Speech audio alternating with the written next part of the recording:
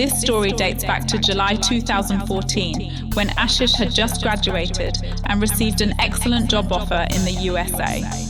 For his farewell, Ashish's 4 friends decided to take him to Mussoorie. 2 weeks before Ashish's departure to the USA, they set off on a 3-day trip to Mussoorie. The first 2 days were full of fun as they explored the beautiful valleys of Mussoorie and enjoyed every moment. However, on the last day of the trip, Ashish insisted on visiting the famous Hotel Habak in Mussoorie. There were many scary stories about this hotel, stories that would send chills down anyone's spine. It was said that the spirit of a British Duchess roamed the place, a spirit that wanted to claim everyone's life. But Ashish ignored all these stories and insisted on going there with his friends. Since it was his farewell, his friends agreed, perhaps making the biggest mistake of their lives. At 2 a.m., they reached Hotel Habak. The hotel's guard strongly advised them against going inside, but Ashish was adamant. He and his friends bribed the guard with some money, and he let them in.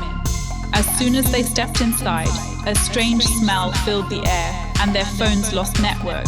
They slowly began exploring the hotel. A little further in, Ashish felt as if one of his friends was missing. When they looked around, they realized their friend Neha was indeed missing. Ashish asked his other friends where Neha was, but no one knew anything about her whereabouts. Initially, Ashish thought his friends were playing a prank on him, but when Neha didn't return for a long time, everyone became very worried. Ravi, one of Ashish's friends, angrily said, "I told you not to come here, but you were so stubborn that you didn't listen to us. Now who knows where Neha has gone?" Before Ravi could finish, a loud scream came from one of the rooms. All 4 of them rushed towards the room. What they saw in the room made their hearts sink. Neha was hanging from the ceiling fan, her eyes wide open, staring directly at Ashish. Seeing this, Ashish screamed in terror. Hearing his scream, the guard ran inside. With the guard's help, they brought Neha's body down. One of Ashish's friends checked Neha's pulse but shook his head. Neha was no longer in this world. They picked up Neha's body and tried to leave the room, but the door was jammed. They hoped the guard would show them a way out, but what they saw next was even more terrifying. The guard's eyes had turned red, and his neck slowly began to twist. Within moments, the guard's head detached from his body, and his headless corpse started advancing toward them. Just then, the jammed door opened, and the 4 of them ran out of the room. As they ran through the hotel corridor, they suddenly saw Neha standing right in front of them. They were startled to see her because they had just carried her body with their own hands. They didn't know what to do. On one side, a girl who looked exactly like Neha was slowly approaching them, and on the other side, the headless guard's body was moving toward them.